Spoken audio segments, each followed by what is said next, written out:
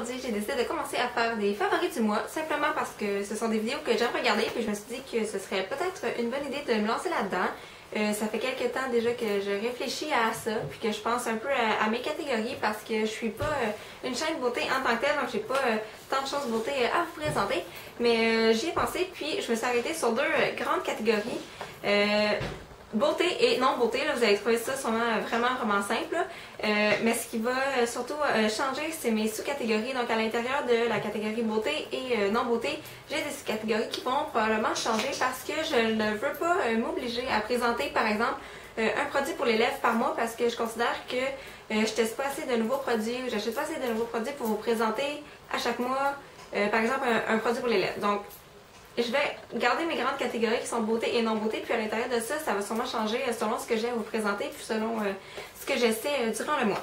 Donc on va commencer tout de suite avec la catégorie beauté. J'ai découvert durant le mois d'avril que les ombres à paupières en crème de chez Elf pouvaient faire d'excellentes bases à ombres à paupières.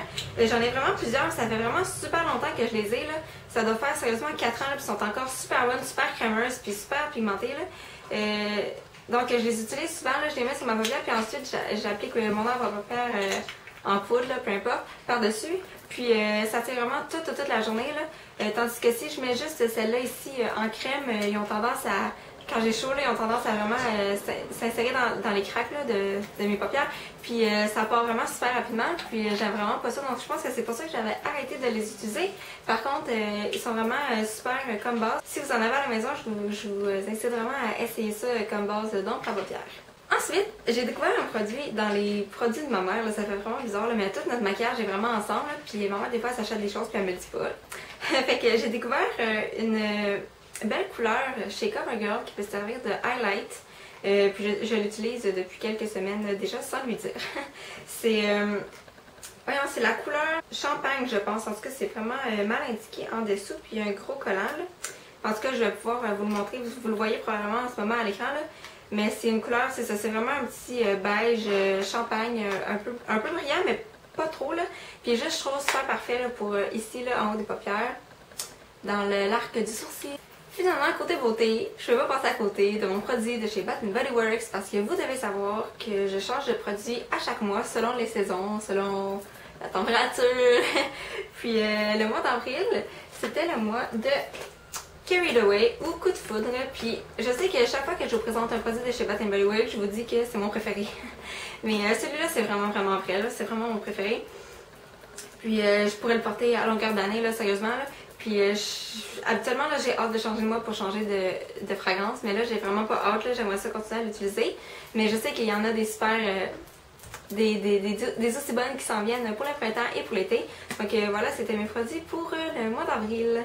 Maintenant, si on s'en va du côté non beauté, là, c'est vraiment de ce côté-là que je vais pouvoir ajouter mes couleurs puis faire quelque chose de très d'original parce que mes catégories vont vraiment changer là, au cours des mois puis c'est ça. Si je continue à faire des vidéos de favoris, c'est vraiment quelque chose qui va changer puis qui sera pas tout le temps constant.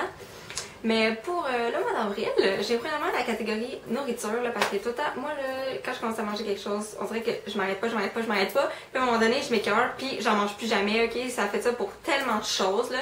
Pour le mois d'avril, j'ai mangé beaucoup et j'en mange encore. Je me suis pas encore tannée, c'est ça qui est vraiment cool. Des graines de tournesol, parce que moi j'ai de la misère à déjeuner le matin avant d'aller à l'école. J'ai vraiment pas faim le matin. Puis là, j'arrive à l'école, puis j'ai faim, donc je m'emmène vraiment beaucoup de collations, des salades de fruits, des barres-tendres, du fromage. Et j'ai découvert les crèmes de tournesol. J'en avais déjà mangé avant, mais on dirait que j'avais oublié leur existence. Je pense que c'est mon deuxième sac. Je m'emmène ça souvent en collation dans des petits pots. Là. Ça me fait une petite portion de noix, là. Mais c'est sûr que ça en prend beaucoup pour donner une portion. Là. Mais ça se mange tellement tout seul, c'est fou. Puis pour les filles qui veulent manger plus santé, j'en vois beaucoup sur Twitter ces temps-ci qui veulent vraiment essayer de s'entraîner et bien manger. Là. Des graines de tournesol, des amandes, des noix, là, tout ça c'est vraiment excellent dans des salades. Là. Si vous avez jamais essayé ça, essayez tout de suite. C'est vraiment super bon, là, toutes les sortes de noix. Là, prenez celle que vous préférez là, dans une salade, c'est vraiment bon. Ensuite, j'y vais avec ma chanson préférée du mois. Puis là, ça a été vraiment difficile parce que j'ai vraiment eu des nouvelles musiques, là, des nouvelles chansons durant le mois d'avril, vraiment beaucoup. J'ai même fait ma playlist du printemps sur mon blog. Mais finalement, je me suis arrêtée sur une que j'attendais vraiment beaucoup puis que je suis vraiment contente qu'elle soit sortie. C'est la chanson Come and Get It de Selena Gomez. Cette chanson-là, soit vous l'aimez, soit vous l'aimez pas. Mais moi, je l'aime vraiment beaucoup. C'est sûr qu'à première écoute, elle était vraiment un petit peu bizarre. Mais à force de l'écouter, je l'ai vraiment beaucoup aimé. Puis j'ai vraiment hâte que son CD sorte. Puis j'ai vraiment hâte d'aller la voir en spectacle parce que les billets sortent samedi pour le spectacle au Centre Bell. Donc j'ai vraiment hâte. Thumbs up si vous voulez aller au spectacle. On va peut-être se voir là-bas. Ensuite, une autre catégorie que j'ai décidé d'insérer dans cette vidéo-ci, c'est la catégorie lecture parce que moi je fais en ce moment le Book Challenge depuis le mois de janvier. En fait, c'est pour cette année. Je me suis donné un défi de lire 25 livres cette année. Je me suis donné ça comme défi. Là. À date, je suis un peu ralentie parce que j'ai un cours d'été, mais au mois d'avril, j'avais 2 livres un peu en même temps parce que c'est des livres en fait de 2 genres vraiment différents. J'avais besoin d'un pour m'aider à passer à travers l'autre. Donc premièrement, j'ai commencé à lire le livre 50 Shades of Grey. Parce que tout le monde en parlait, puis ça avait l'air d'être la grosse folie à propos de ce livre-là. Puis au début, je voulais pas trop le lire parce que j'avais beaucoup de mauvais commentaires à propos de ça. Il y a vraiment beaucoup de personnes qui m'ont dit que ça valait pas la peine d'être lu, puis qu'on pouvait lire vraiment meilleur que ça dans la vie. Mais ma meilleure amie l'avait, puis elle me l'a prêté, puis j'ai décidé de me lancer. Je me suis dit, je vais lire peut-être le premier ou le deuxième chapitre, puis si j'aime pas ça, j'arrêterai, là, j'ai aucun problème avec ça. Sauf que, bizarrement, j'ai vraiment aimé ça. Je veux pas vraiment trop vous en parler plus que ça, là, parce que même moi, je me suis surprise à aimer ça, puis je suis même pas sûre que je suis vraiment à l'aise avec le fait que j'aime ce livre-là, ok? Je l'ai pas encore fini, il me reste quelques pages, mais j'ai vraiment apprécié. Mais je pense pas que ce soit tant le genre de livre que j'apprécie, sauf que je pense qu'il y a quelque chose au fond de moi qui veut vraiment savoir ce qui va se passer ensuite, là. Moi, c'est plus dans la relation entre les deux, là, qu'il y a quelque chose qui m'intéresse, dans le sens où est-ce que ils vont être capables de trouver un juste milieu dans leur relation pour rester ensemble, parce que c'est vraiment 2 personnes vraiment extrêmement différentes. Donc je pense que c'est plus ça qui m'attire dans le livre que les choses qui se passent autour. Mais c'est ça, donc j'ai commencé à lire au mois d'avril, puis je vais sûrement le finir bientôt parce qu'il me reste moins de 100 pages.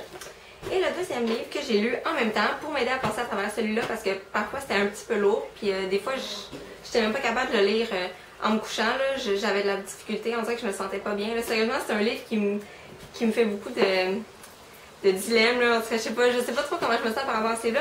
Mais le deuxième livre que j'avais en même temps, c'est le livre de Louis-José Hood, Suivre la parade. Ça, c'était un petit peu plus léger. Ça m'a beaucoup aidé durant le mois d'avril. Donc, c'est le livre qui... en fait, c'est sa tournée Suivre la parade qui est carrément mis à l'écrit.